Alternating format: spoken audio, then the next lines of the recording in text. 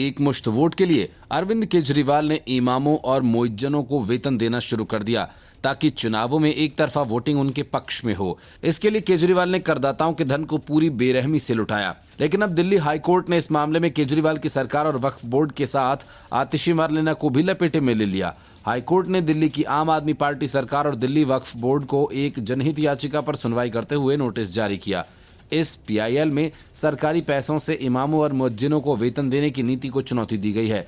इस मामले की अगली सुनवाई अब 22 जुलाई को होगी।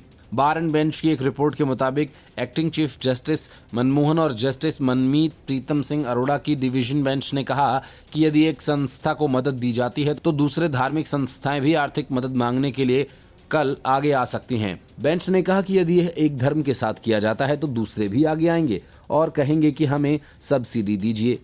क्या कहाँ खत्म होगा? ये वो लोग नहीं हैं जो ये राज्य के लिए काम कर रहे हैं। साउथ इंडिया में या देश के दूसरे हिस्सों में जाइए और आप देखेंगे कि धार्मिक संस्थाएं बड़ी भूमिकाएं निभाती हैं।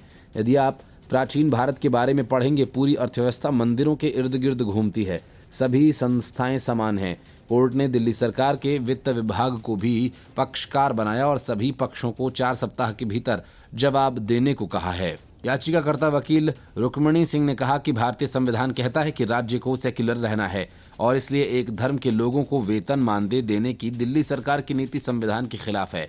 याचिकाकर्ता की ओर से पेश हुए वरिष्ठ वकील सौरभ कृपाल ने दलील दी कि दिल्ली सरकार की नीति संविधान के अनुच्छेद 14, 15 और 266, 282 के खिलाफ है, क्योंकि एक विशेष धर्म के लोगों को प्राथमिकता दी जा रही है और पैसे दिए जाते हैं। उन्होंने कहा कि आदर्श रूप से किसी भी धर्म को टैक्स पेयर के पैसे पर सब्सिडी नहीं मिलनी चाहिए।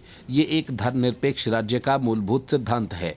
यदि पैसे देने हैं तो सिर्फ एक धर्म को क्यों दिया जा रहा है, अन्य को क्यों नहीं?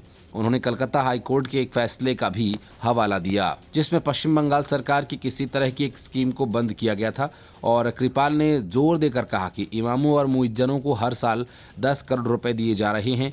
कहा कि ये पैसा उन लोगों को भी जा रहा है जो वक्फ बोर्ड से नहीं जुड़े हैं। Bureau report, news of India.